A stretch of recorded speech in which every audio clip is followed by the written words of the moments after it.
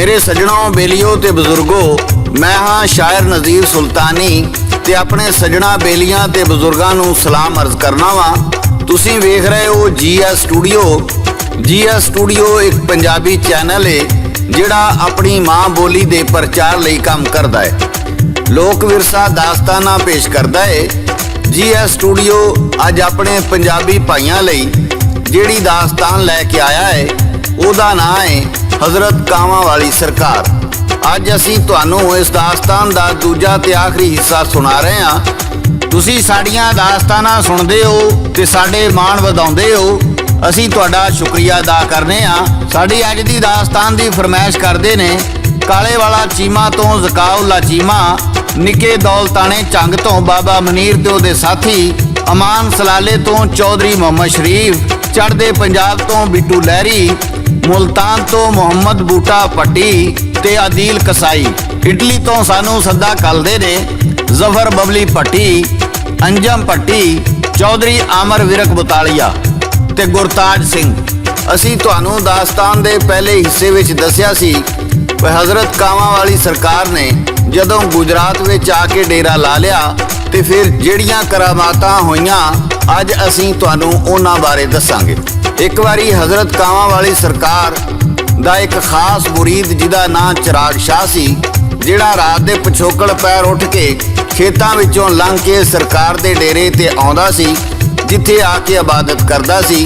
जदों वो एक दिन पिपल दे दरखत दे नेड़े आया, एक आवाज़ आई बच जा, ते फिर की होया ये गा के सुनाणगे लोक दास्ताना दे बादशाह सादक पट्टी बागमोड़ वाले। रिकॉर्ड करते ने लाला जी ते लिखते ने शायर नज़ीर सुल्तानी।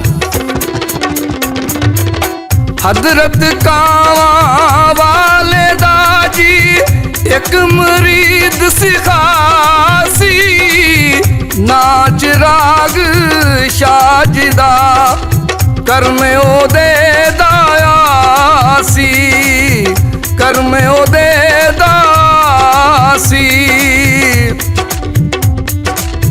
पिछले पैरे ओ घर चों उठिया विच दरगाह दे जांदा, बट्टां दा ओ राही यारो खेतां दा सी पांदा, खेतां दा सी पांदा।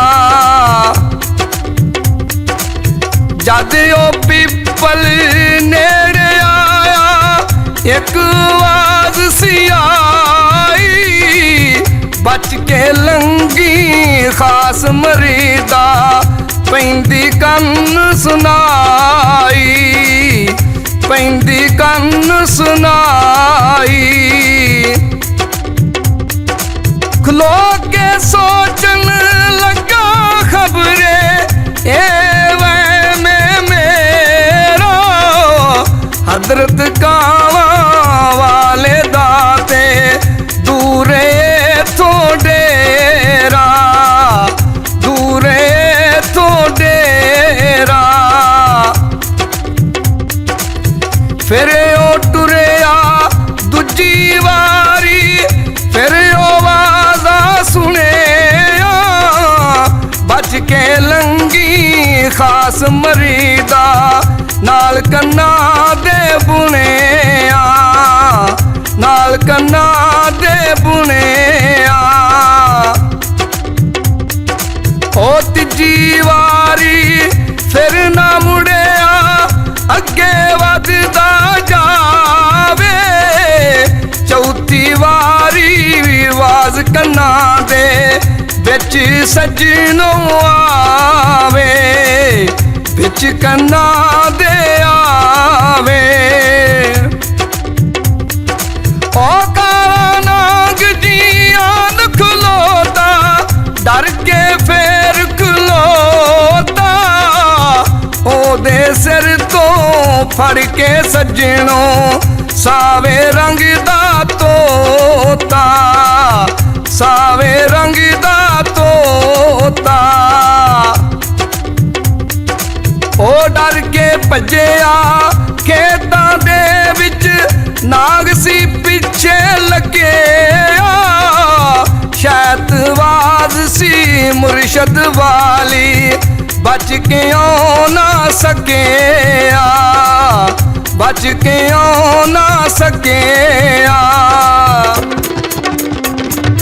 मेरे सजणों, ਜਦੋਂ ਨਾਗ ਦੇ ਅੱਗੇ ਲੱਗ ਕੇ ਚਿਰਾਗ ਸ਼ਾਹ ਭੱਜਿਆ ਤੇ ਉਹਦੀ ਦੌੜ ਇੰਨੀ ਤੇਜ਼ ਸੀ ਕਿ ਉਹ ਆਪ ਹੈਰਾਨ ਹੋ ਗਿਆ ਉਹ ਨਾਗ ਤੋਂ ਕਿਵੇਂ ਤੇਜ਼ ਦੌੜ ਸਕਦਾ ਹੈ। ਜਦੋਂ ਚਿਰਾਗ ਸ਼ਾਹ ਹਜ਼ਰਤ ਕਾਵਾਂ ਵਾਲੀ ਸਰਕਾਰ ਦੇ ਕੋਲ ਅਪੜਿਆ ਤੇ ਹਜ਼ਰਤ ਕਾਵਾਂ ਵਾਲੀ ਸਰਕਾਰ ਨੇ ਆਖਿਆ, ਅੱਜ ਤੂੰ ਦੋ ਜੀਵਾਂ ਨੂੰ ਇਮਤਿਹਾਨ ਵਿੱਚ ਪਾ ਦਿੱਤਾ ਹੈ, ਇੱਕ ਨਾਗ ਨੂੰ ਤੇ ਦੂਜਾ ਮੈਨੂੰ। ਇੱਕ ਵਾਰੀ ਹਜ਼ਰਤ ਕਾਵਾਂ ਵਾਲੀ ਸਰਕਾਰ ਇੱਕ ਪੁਲਿਸ ਗਰਾਊਂਡ ਵਿੱਚ ਬੈਠੇ ਸਨ। ਤਿੰਨ ਨੌਜਵਾਨ ਜਿਹੜੇ ਉਹਨਾਂ ਦੇ ਜਾਣੂ ਸਨ ਉੱਥੇ ਆ ਜਾਂਦੇ ਨੇ। ਉਹ ਜਾਣਦੇ ਸੀ ਵੀ ਜੋ ਕੁਝ ਅਸੀਂ ਜਾ ਕੇ ਮੰਗਾਂਗੇ ਉਹ ਮਿਲ ਜਾਏਗਾ। ਉਹਨਾਂ ਤਿੰਨਾਂ ਨੇ ਸਲਾਹ ਕੀਤੀ ਵੀ ਅੱਜ ਹਜ਼ਰਤ ਕਾਵਾਂ ਵਾਲੀ ਸਰਕਾਰ ਕੋਲੋਂ ਗੋਸ਼ਤ ਨਾਲ ਰੋਟੀ ਖਾਣੀ ਹੈ। ਉਹ ਆ ਕੇ ਕੀ ਕਹਿੰਦੇ ਨੇ, ਸਾਦਕ ਪੱਟੀ ਪੇਸ਼ ਕਰਦਾ ਏ ਤੇ ਲਾਲਾ ਜੀ ਰਿਕਾਰਡ ਕਰਦੇ। ਉਹ ਤਿੰਨਾਂ ਸਿਪਾਹੀਆਂ ਮਸ਼ਵਰਾ ਕੀਤਾ, ਰੋਟੀ ਜਾ ਕੇ ਖਾਏ हजरत कावां वाले नूं जी जाके असी अजमाए, जाके असी अजमाए। आके आखन लगे हजरत रोटी गोश्त खाना, बिना खाने दे हजरत तो असा तिन्ना नहीं जाना, असा तिन्ना नहीं जाना। ओ जदों मुड़े ना जिद तो अपनी हजरत ने फरमाया, बैजो तिन्ने इथे यारो खाना छेती आया, खाना छेती आया। रुख कीता उन्हां पिछां नूं अपना, अर्ज कीती खुदाया, एक सफेद पोशाक जी वाले खाना आन फड़ाया, खाना आन फड़ाया। एक प्लेट गोश्त नाले रोटियां चार फड़ाया, जेड़ियां रब दी रहमत दे नाल ओथे सजनों आया, ओथे सजनों आया। एक एक फड़ के खावन लगे ओथे यार सिपाही, इंज दा ज़ायका असा नहीं चखिया पहलों इस तो पाई, पहलों इस तो पाई।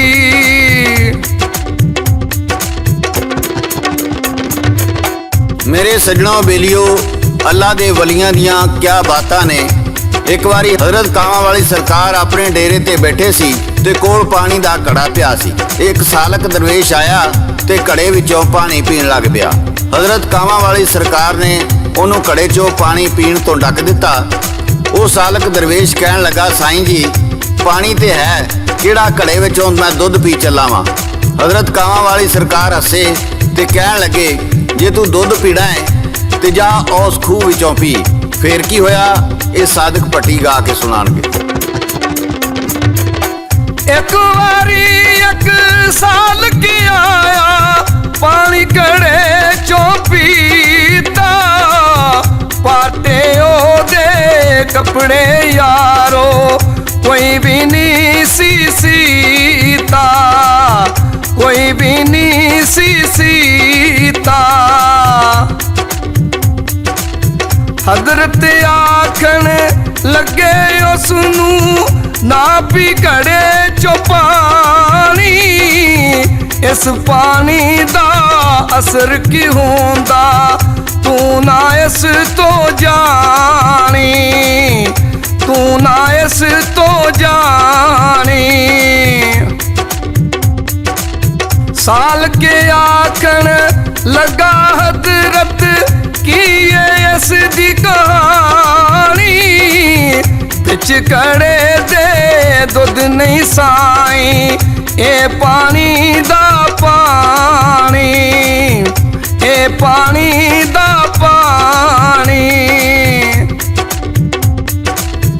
हस के ओनू आखन लगे दुध तुझे कर पीना खूह विच चाती पा तू जाके वेख लवी फिर छीना वेख लवी फिर छीना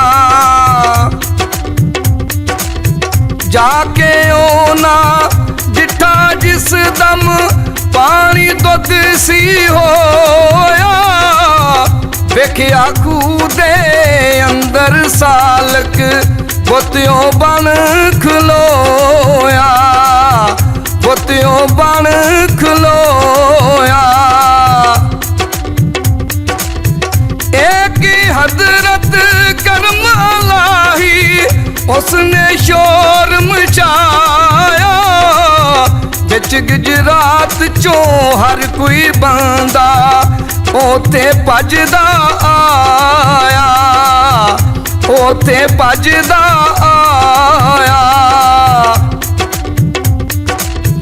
देखो यारो कर्म अलाही एक ही कर्म कीता सारियां लोकां खूह दे विचों रज के दुध जी पीता रज के दुध जी पीता दुध दी फिर ओ लस्सी बन गई लस्सी दा बनया पानी ऐसी कर्म लाही दी जी सजनों असल कहानी सजनों असल कहानी सजनों असल कहानी मेरे सज्जणों ते बेलियो अल्लाह दे नेक बंदियां अगे कोई भी शै नामुमकिन नहीं। वो जो कुछ भी कहते ने अल्लाह उन्होंने पूरी कर देंदा है ते नाले वो अल्लाह दी रजा तो बगैर मूँह चों गल नहीं कढ़दे। हजरत कावां वाली सरकार दी उम्र 90 साल दे नेड़े सी जदों 20 जुलाई 1930 नूं इस दुनिया फानी तो इंतकाल कर गए। अल्लाह पाक उन्हां दी कबर ते करोड़ां रहमतां नाज़िल करे।